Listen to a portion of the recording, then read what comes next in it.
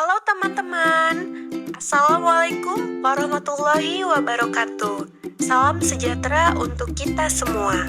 Terima kasih kepada Bapak Cek Gunawan selaku dosen pengampu mata kuliah Manajemen Brand semester 4 dan teman-teman lainnya yang berbahagia.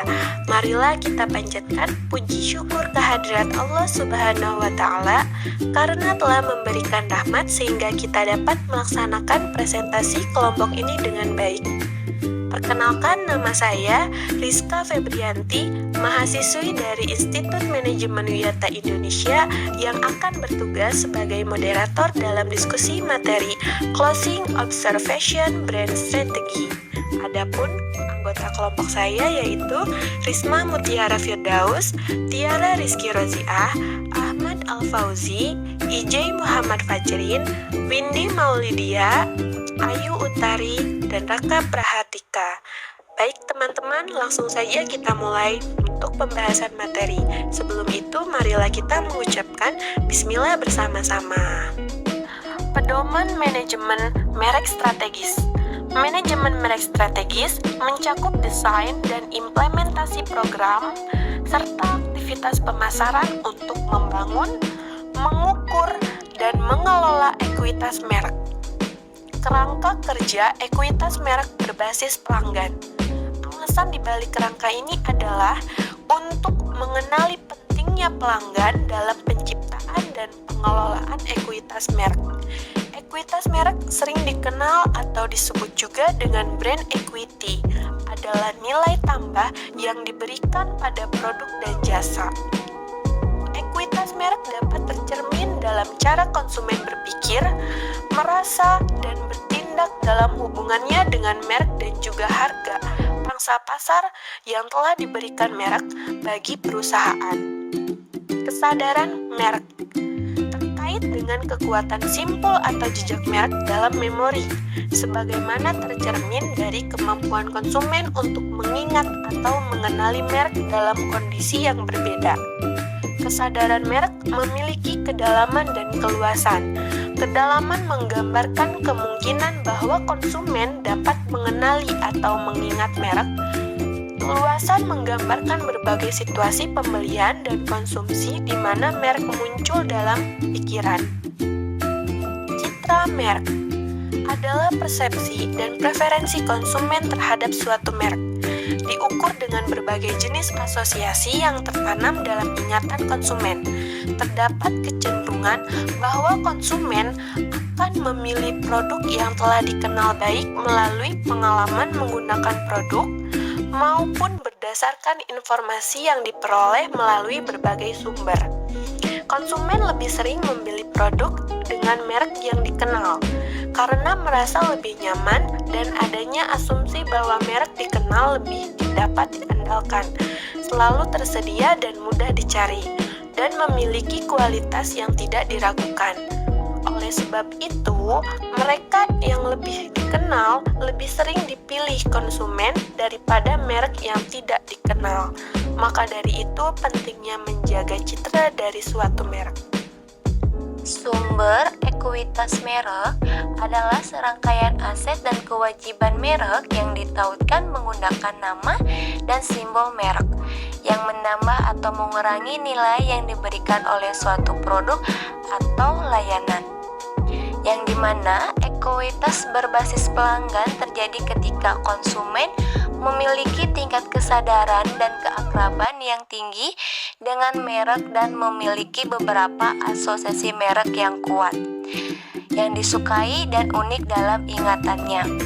Karena dimensi asosiasi merek bergantung pada tiga faktor. Yang pertama yaitu kekuatan.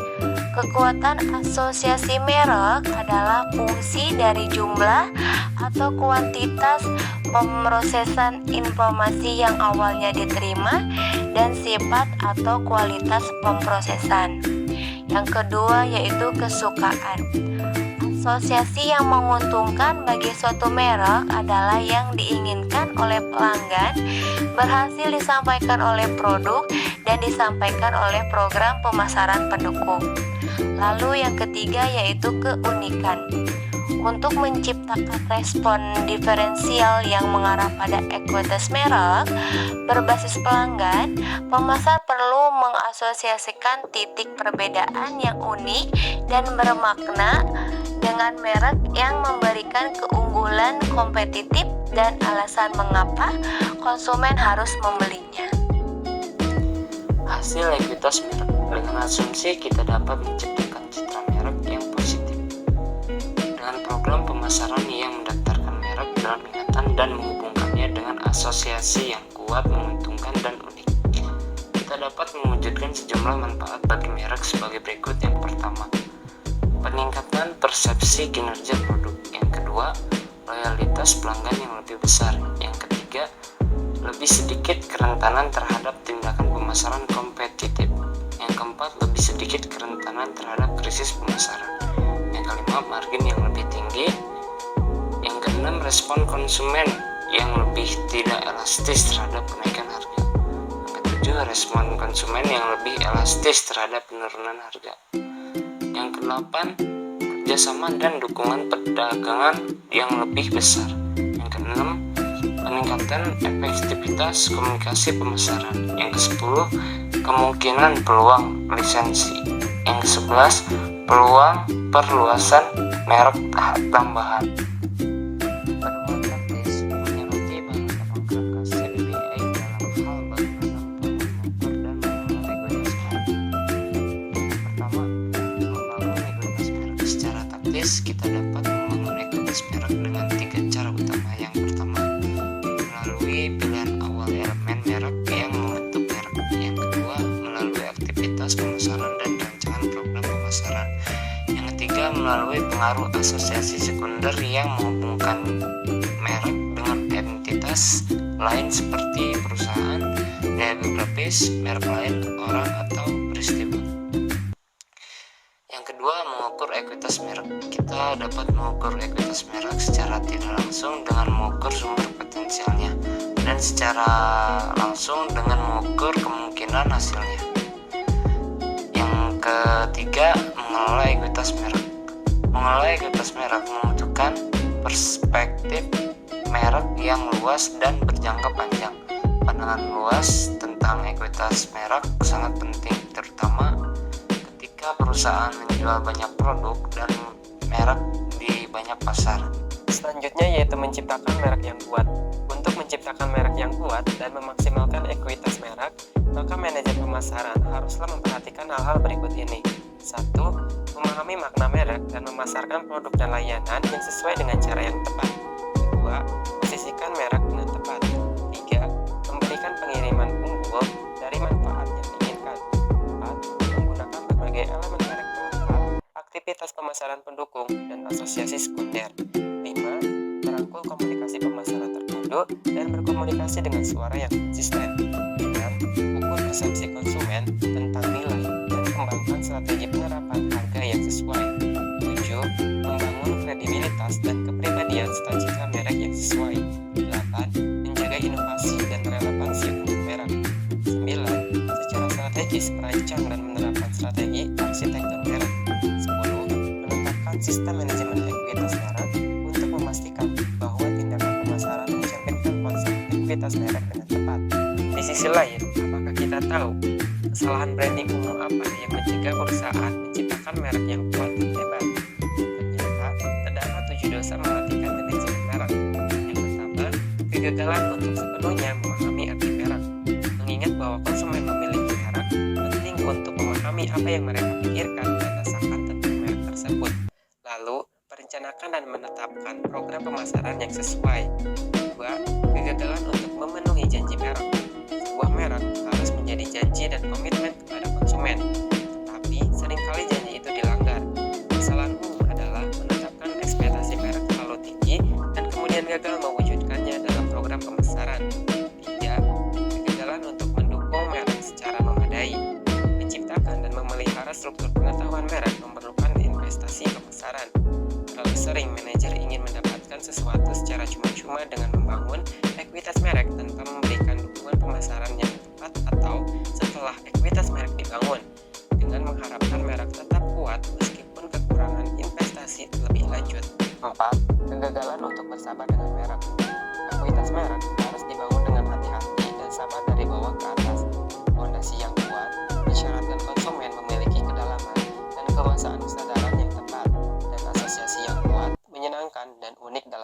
pemasaran. Manajer harus menghindari mengambil jalan pintas yang mengabaikan pertimbangan branding yang lebih mendasar, seperti mencapai tingkat kesadaran merek yang diperlukan untuk berkonsentrasi pada aspek yang lebih mencolok dalam membangun merek dan yang terkait dengan citranya.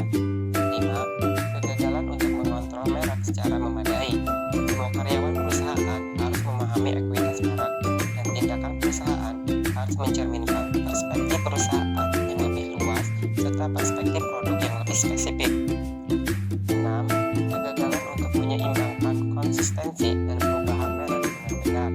Mengelola merek memerlukan keseimbangan yang halus tetapi penting antara mempertahankan kesinambungan dalam aktivitas pemasaran dan menjaga agar produk atau citra merek tetap mutakhir. 7. Atau yang terakhir, kegagalan untuk memahami kompleksitas pengukuran dan manajemen ekuitas merek. Manajemen merek yang efektif membutuhkan disiplin, kreativitas, fokus, dan kemampuan untuk membuat ratusan keputusan dengan cara yang terbaik. Terkadang, pemasar terlalu menyederhanakan proses dan mencoba menyamakan kesuksesan dalam branding dengan mengambil satu tindakan atau pendekatan tertentu. Ekuitas merek tidak dioptimalkan sebagai hasilnya. Selanjutnya yaitu prioritas merek masa depan. Pentingnya branding tampaknya tidak akan berubah karena satu alasan penting, yakni konsumen akan terus menghargai fungsi yang disediakan oleh merek. Di dunia yang semakin kompleks, merek yang dikelola dengan baik dapat menyederhanakan, mengkomunikasikan, meyakinkan, dan memberikan arti penting bagi konsumen. Merek bertahan selama berabad-abad karena melayani tujuan yang sangat mendasar. Yang terbaik, mereka memungkinkan konsumen untuk mengurangi resiko dan mendapatkan kepuasan yang lebih besar dalam hidup mereka. Lingkungan pemasaran yang selalu berubah, tetapi laju perubahan telah meningkat pesat dalam dekade terakhir. Konsumen semakin beragam, tercerahkan, dan berdaya. Hampir setiap pasar mengalami persaingan yang meningkat sebagai akibat dari masuknya perusahaan global, label swasta, dan mega brand dari kategori terkait. Ada 6 keharusan branding untuk membantu manajer menavigasi tantangan manajemen merek di tahun-tahun mendatang. Yang pertama yaitu faktorkan konsumen secara lengkap dan akurat ke dalam persamaan branding. Di sini, fokus pada konsumen dan kenali apa yang mereka ketahui dan tidak ketahui mengenai merek, dan apa yang diinginkan dan tidak diinginkan dari merek. Dan terlibat dalam pemasaran partisipasi dalam prosesnya. Di sini ada 2 tantangan branding yang signifikan. Yang pertama, keanekaragaman pelanggan. Berbagai segmen dan subsegmen konsumen biasanya membentuk waralaba pelanggan untuk sebuah merek. Ini juga membantu pemasar fokus pada keseluruhan relevansi merek mereka dan bagaimana mereka dapat menyesuaikannya secara efektif ke semua segmen di pasar sasaran mereka. Sebagai pengakuan keragaman pelanggan dan peningkatan segmentasi, pakar pemasaran telah memperkenalkan konsep-konsep seperti pemasaran izin, pemasaran satu ke satu, dan jurnalisme merek. Semua konsep ini memperkuat fakta bahwa waralaba merek apapun memiliki banyak konstituen yang perlu kita pahami dan tangani di pasar. Untuk merek yang kuat, inti umum dari janji merek ditemukan di hampir semua aspek program pemasaran. Tantangan yang kedua yaitu pemberdayaan pelanggan. Banyak yang telah dibuat dari konsumen yang baru diberdayakan. Salah satu faktor pendorong di balik tren ini adalah transparansi yang lebih besar yang kini berlaku di lingkungan pemasaran. Hanya dengan jeli atau proaktif, konsumen dapat mengetahui dan menilai seberapa baik suatu produk atau layanan kerja atau apa yang dilakukan perusahaan terhadap lingkungan atau komunitas lokal mereka. Pemasar harus mengantisipasi bahwa setiap tindakan yang mereka ambil atau klaim yang mereka buat akan diteliti, dianggap benar atau tidak. Dengan transparansi baru ini, konsumen tidak diragukan lagi dapat lebih aktif terlibat dalam peruntungan merek daripada sebelumnya. Melampaui kinerja produk dan manfaat rasional. Buat produk dan layanan yang dirancang dengan baik, yang memberikan manfaat rasional dan emosional yang lengkap. Jadikan keseluruhan program pemasaran lebih besar daripada jumlah bagian-bagiannya. Kembangkan strategi saluran dan komunikasi yang terintegrasi penuhnya yang memadukan kekuatan dan kelemahan mereka secara optimal. Pahami di mana dan bagaimana Anda dapat mengambil merek. Pertumbuhan memerlukan strategi arsitektur merek yang dipikirkan dengan matang dan diimplementasikan dengan baik yang mengklarifikasi 3 isu utama. Yang pertama, potensi merek. Potensi merek dalam hal luasnya jejak pasar. Yang kedua, ekstensi merek. Jenis perluasan produk dan layanan yang memungkinkan suatu merek mencapai potensi tersebut. Yang ketiga, elemen merek. Elemen merek, pemosisian dan citra yang mengidentifikasi dan dikaitkan dengan semua penawaran merek dan konsumen yang berbeda. Lakukan hal yang benar dengan merek. Peningkatan liputan media tentang bisnis telah membawa transparansi dan kesadaran yang lebih besar akan tindakan dan pernyataan internal dan eksternal perusahaan. Banyak konsumen percaya perusahaan harus membantu memberi manfaat bagi komunitas lokal, masyarakat secara keseluruhan, dan lingkungan alam yang lebih luas. Yang pertama ada sebab pemasaran. Pemasar merek harus memikul tanggung jawab sosial dan perilaku yang pantas secara etis dan moral setiap saat. Secara khusus, mereka perlu menemukan solusi win-win dengan program, kaos marketing, dan aktivitas lain yang memungkinkan mereka meningkatkan kesejahteraan konsumen, masyarakat, atau lingkungan sambil tetap menjalankan bisnis mereka secara menguntungkan. Yang kedua, melindungi ekuitas merek. Melakukan hal yang benar dengan merek terkadang berarti melakukan sesuatu yang bahkan lebih sederhana dan mudah, melindungi dan menghormati janji dan makna merek bagi konsumen. Desain ulang kemasan Pepsi baru-baru ini untuk Gatorade, Pepsi, dan terutama Tropicana. Misalnya, semuanya dikritik dalam berbagai tingkatan karena tidak setia pada ekuitas merek-merek tersebut. Gambaran besar efek branding, ketahui apa yang bekerja dan mengapa. Yang pertama, membenarkan investasi merek. Semakin banyak, pemasar harus membuat lebih banyak dengan lebih sedikit dalam anggaran pemasaran mereka dan secara persuasif membenarkan semua pengeluaran pemasaran. Salah satu tantangan dalam mencapai akuntabilitas merek adalah bahwa aktivitas pemasaran merek dimaksudkan untuk memiliki efek jangka panjang, luas, dan bervariasi. Yang kedua, mencapai pemahaman merek yang lebih dalam. Branding jelas merupakan upaya pemasaran yang kompleks. Untuk lebih memahami semua dimensinya, kami mengadopsi pandangan multidisiplin untuk menginterpretasikan efek branding dan memahami merek secara lebih lengkap. Nilai yang mereka ciptakan dan bagaimana mereka harus dikelola sebagai hasilnya. Yang ketiga, keseimbangan merek. Untuk menemukan sweet spot branding, manajer harus mendamaikan trade-off dalam manajemen merek dan mencapai keseimbangan antara kesederhanaan dan kompleksitas dalam semua pengambilan keputusan dan aktivitas merek. Yang keempat, kemampuan baru untuk pemasar baru. Kami akan membuat satu pengamatan terakhir berdasarkan kebutuhan untuk merekonsiliasi trade-off pemasaran yang lebih baik dalam branding. Bakat dan kemampuan manajer merek harus berkembang. Pemasar membutuhkan lebih banyak keterampilan dalam perangkat mereka daripada yang diperlukan hanya 10 tahun yang lalu.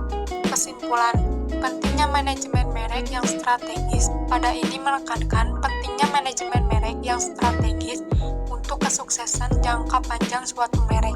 Merek yang dikelola dengan baik dapat menciptakan keunggulan kompetitif, membangun loyalitas pelanggan, dan mencapai pertumbuhan yang berkelanjutan. Demikian presentasi kelompok 4. Mari kita mengucapkan Alhamdulillahirobbilalamin. Saya sebagai moderator dan teman-teman yang menjadi penyaji materi memohon maaf atas kesalahan dan juga kekurangan dari kelompok kami. Terima kasih sudah menonton dan jangan lupa untuk like dan subscribe channel kami. Wassalamualaikum warahmatullahi wabarakatuh.